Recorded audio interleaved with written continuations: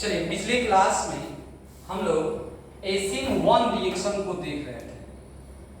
एसिन 1 reaction में एक example हुआ था जो आपको बताया गया था। तो अगर रिकॉल करें तो एसिन 1 रिएक्शन में आपको बताया गया था कि जो ऑर्डर ऑफ रिएक्शन होता है OOR ऑर्डर ऑफ रिएक्शन होता है वो 1 के इक्वल टू होता है। किसके इक्वल टू होता है? 1 के। फिर नेक्स्ट बताया गया था कि जो रेट ऑफ रिएक्शन होता है, रेट ऑफ रिएक्शन वो सबस्ट्रेट के बराबर होता है। दूसरा नंबर पॉइंट ये बताया गया था। और मेन इंपॉर्टेंट जो पॉइंट था ये बताया गया था कि ये जो रिएक्शन है ये 2 स्टेप में कंप्लीट होता है। कितने स्टेप में कंप्लीट होता है? तो 2 स्टेप्स में कंप्लीट होता है। और एक आपको एग्जांपल हम बताए थे कि इसको कैसे दिया गया था। फिर उसके आगे जब बढ़े थे हम लोग तो ये देखे थे कि इसका जो स्टेबिलिटी ऑर्डर है वो कार्बोकेटाइन के डायरेक्टली प्रोपोर्शनल है। तो बताया गया था कि एसिन 1 रिएक्शन यूनिमॉलिक्यूलर जो न्यूक्लियोफिलिक सब्स्टिट्यूशन रिएक्शन था वो किसके डायरेक्टली प्रोपोर्शनल था? तो स्टेबिलिटी ऑफ कार्बोकेटाइन के डायरेक्टली प्रोपोर्शनल था। तो स्टेबिलिटी ऑफ कार्बोकेटाइन का मतलब क्या होता है? तो आपको बताया गया था कि 3 डिग्री जो होता है वो ग्रेटर देन 2 डिग्री होता है और 2 डिग्री जो ग्रेटर देन होता है 1 डिग्री होता है। किसके होता है? 1 डिग्री। मतलब 3 डिग्री का मतलब आपको बताया गया था कि जो भी कार्बोकेटाइन का फॉर्मेशन होगा वो ज्यादा से ज्यादा किसके साथ जुड़ना चाहिए? ज्यादा से ज्यादा बॉन्डिंग बनाना चाहिए। बॉन्डिंग का मतलब जितने अल्काइल ग्रुप ज्यादा जुड़ेंगे उतना ही वो क्या होगा? मोर स्टेबल होगा। तो आपको बताया गया था 3 degree more stable then 2 degree, 2 degree more stable then 1 degree. तो ये फॉर्मेशन ऑफ कार्बोकेटाइन से पता चला था। अब इसमें जो मेन पॉइंट हमें दिखाना देखना है कि इसमें बताता है कि ये रीअरेंजमेंट पॉसिबल होता है। क्या पॉसिबल होता है? रीअरेंजमेंट पॉसिबल होता है। रीअरेंजमेंट का मतलब क्या होता है? तो आपको बताया गया इतना सारा रिएक्शन चल रहा है तो उस रिएक्शन में बताया गया है कि रीअरेंजमेंट क्या होता है। तो आप लिख सकते हैं यहां पर क्या है रीअरेंजमेंट मतलब का मतलब एक पॉइंट डाल के लिखिए, स्टार डालकर लिखिएगा। Intermediate carbocation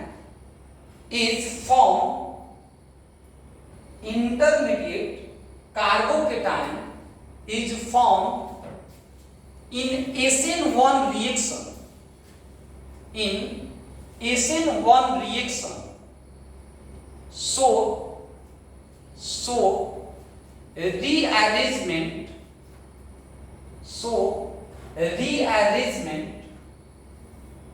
possible in एसिन 1 reaction. Rearrangement possible in एसिन 1 reaction. अब रीअरेंजमेंट क्या होता है ये आपको बताया है। मींस कहता है हिंदी में अगर कह दे तो कहा जाता है कि एसिन 1 अभिक्रिया में, एसिन 1 अभिक्रिया का मतलब एकल आणविक नाभिक से नहीं प्रतिस्थापन अभिक्रिया।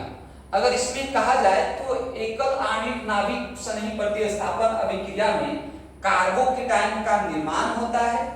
यही कारण है कि इसमें रीअरेंजमेंट क्या होता है? उपस्थित होता है या संभव होता है। तो आते हैं क्या होता है रीअरेंजमेंट, तो देखते हैं बात को। एक एग्जांपल के माध्यम से आपको बताएंगे कि रीअरेंजमेंट का मतलब क्या होता है। जैसे हम एग्जांपल लिए यहां पर कि CH3 सिंगल बॉन्ड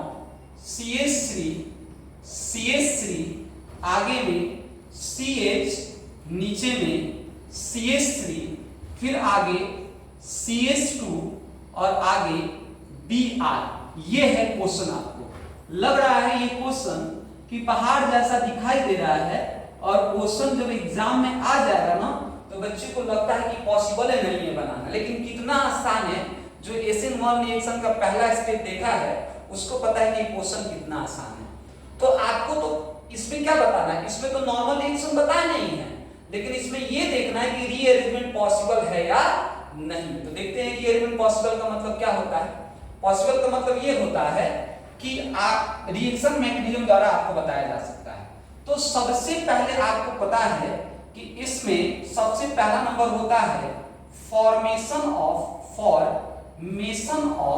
कार्बोकेटाइन। क्या होता है? Formation of carbocation. आपको बताया गया है पहली में कि कार्बोकेटाइन का फॉर्मेशन कैसे किया जा सकता है। अब कार्बोकेटाइन का फॉर्मेशन कैसे होगा बालक? तो इसमें जो दिया हुआ है CH3 सिंगल बॉन्ड CH3 नीचे CH3 यहां पर, अच्छा यहां पर इस तरह से शायद थोड़ा सा गलत हुआ है, यहां पे CH3 नहीं होकर यहां पे बता रहे, यहां पर एक मिनट,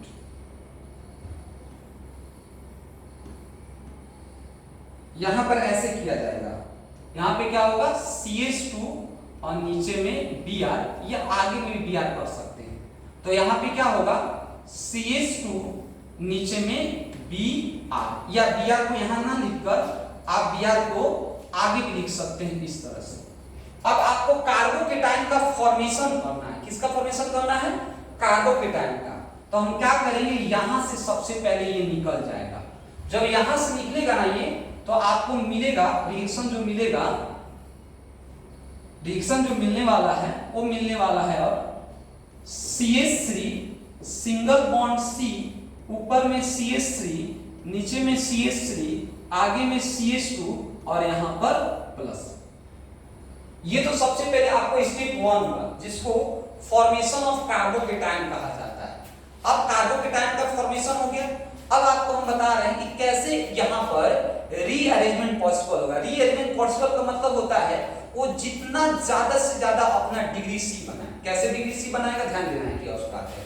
यहां पर हम क्या करेंगे कि इसको ये वाला पॉइंट को इसको हम यहां पे लेके चले जाएंगे। जैसे हम वहां पे लेके गए तो हमारा जो पॉइंट बनेगा वो पॉइंट बनेगा अगला CH3, ऊपर में CH3, अब यहां पे क्या आ जाएगा प्लस, और आगे में CH2 और नीचे में क्या CH3। अब CH3 यहां पे चला गया। अब का ये क्या हुआ, यहां पे आप देख सकते हैं, यहां पे जब है कार्बोकेटाइन,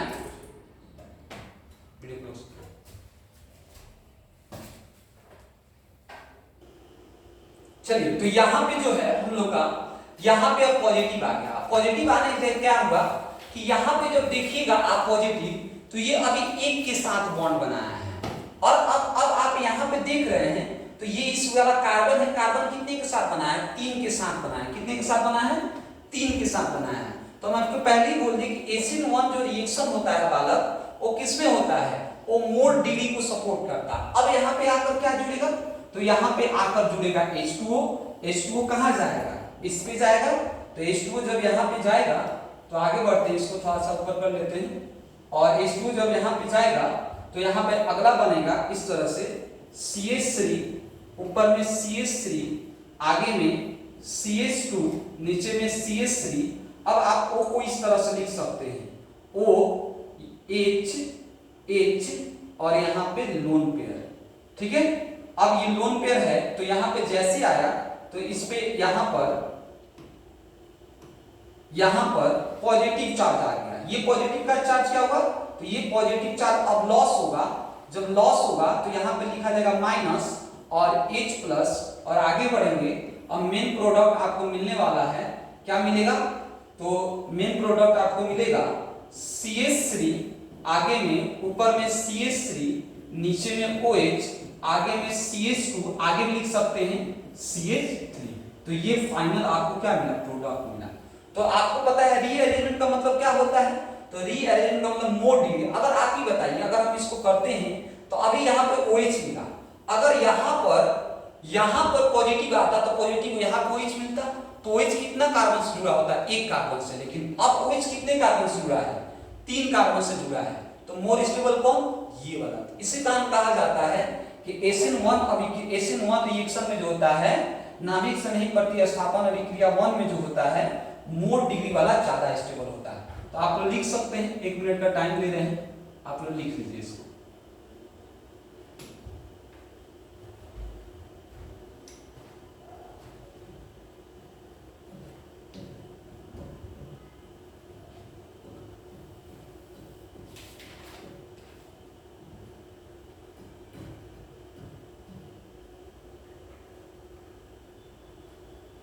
चलिए आगे बढ़ते हैं। अब नेक्स्ट स्टडी लिखिए, नेक्स्ट स्टडी में न्यू रिएक्शन, उसको बोलेंगे SN2 reaction. SN2 reaction, SN2 reaction, SN2 reaction.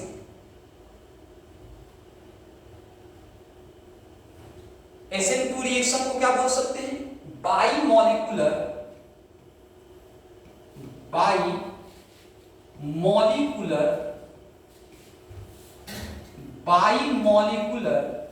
Nucleophilic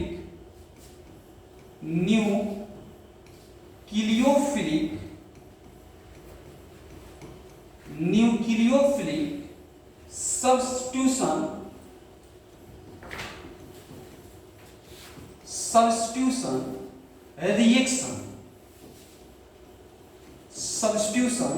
reaction, इसको हिंदी में बोला जाएगा द्विआण्विक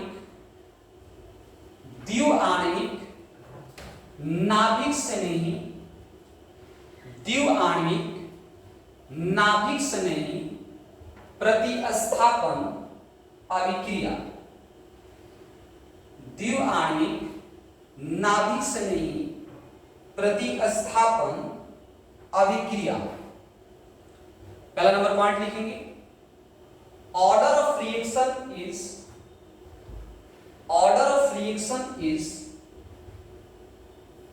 2। ऑर्डर ऑफ रिएक्शन इज, इसको ऊपर भी लिख सकते हैं, कोई दिक्कत नहीं मुझे, इसको ऊपर भी लिखा जाता है। Order of reaction is 2, OOR equal to 2। Next लिखेंगे rate of reaction directly proportional to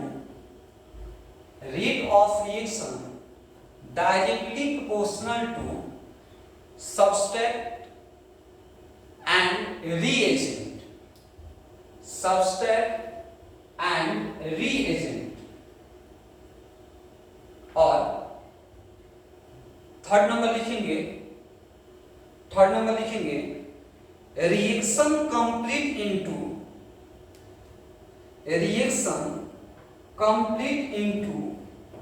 to step.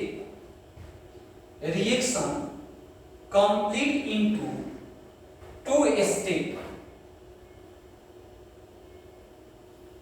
Sorry 1 step, 2 step नहीं होगा, reaction complete into 1 step. 2 step तो SN1 रिएक्शन होता है। तो वेरी इंपॉर्टेंट, आपके एग्जाम में जो आता है वो एग्जाम में SN1 आता है या SN2 आता है। तो SN1 बोला गया है कि 2 स्टेप में कंप्लीट होता है, और SN2 क्या बोला गया है कि 1 स्टेप में कंप्लीट होता है। ठीक है, अब आते हैं बात को कि यहाँ पे डायरेक्ट आप क्वेश्चन बना सकते हैं। कैसे बना सकते हैं ये नेक्स्ट क्लास में आपको बताया जाएगा।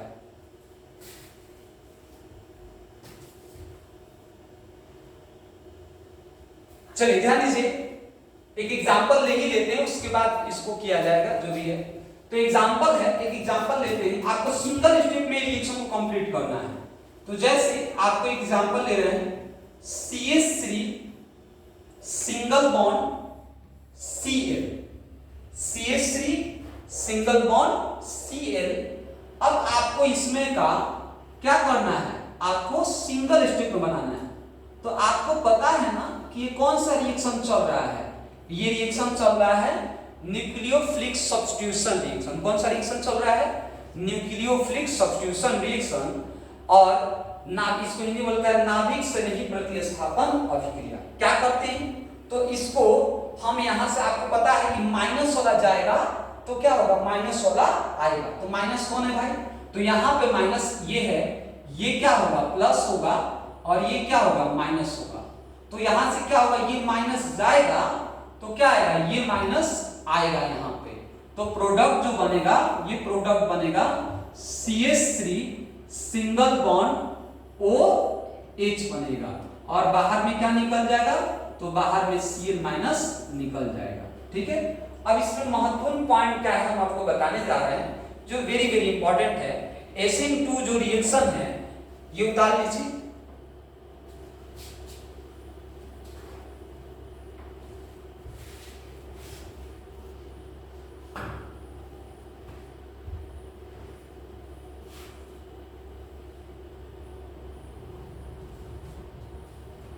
चलिए आते हैं SN2 रिएक्शन क्या है।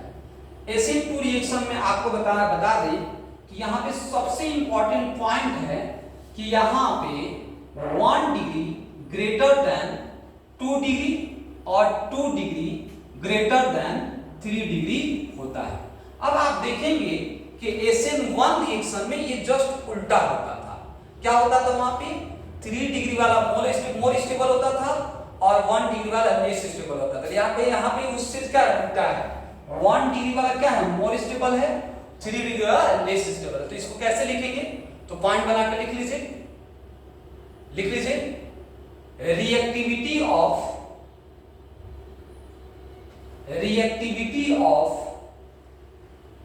SN2 reaction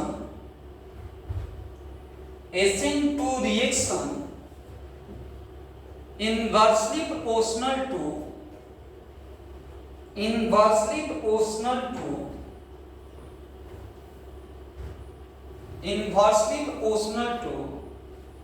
formation of carbocation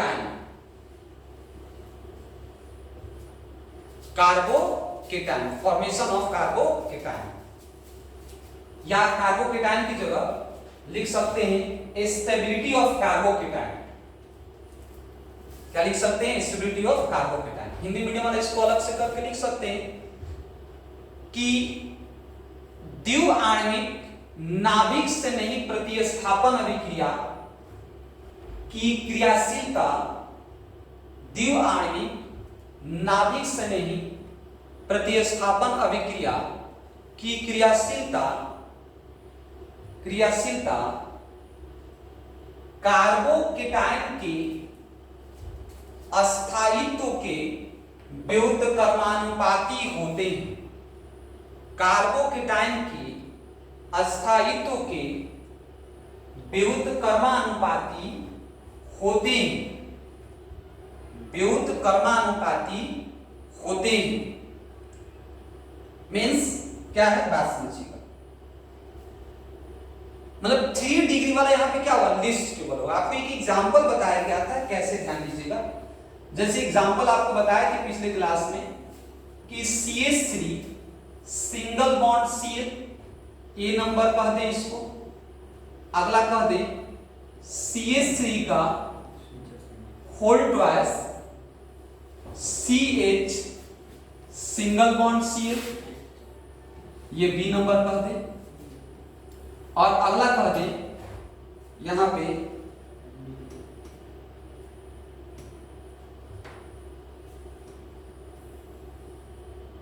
अगला कह दिया जाए यहां पे कि CH3 का whole thrice C single bond Cl, इसको कह दे C नंबर। अब आपसे बोला गया कि इसमें सबसे ज्यादा स्टेबल कौन है, तो स्टेबल में आपको करना पड़ेगा कार्बोकेटाइन का फॉर्मेशन कीजिए। तो कार्बोकेटाइन का फॉर्मेशन करेंगे तो यहाँ पे ये चला जाएगा, यहाँ पे ये चला जाएगा और यहाँ पे ये चला जाएगा। तो इसमें चला जाएगा तो इसमें पॉजिटिव चार्ज आ जाएगा। इसमें जब जाएगा तो CH3 का होल ट्वाइस और CH पर प्लस आ जाएगा और अगला CH3 का होल थ्राइस और C पर प्लस आ जाएगा।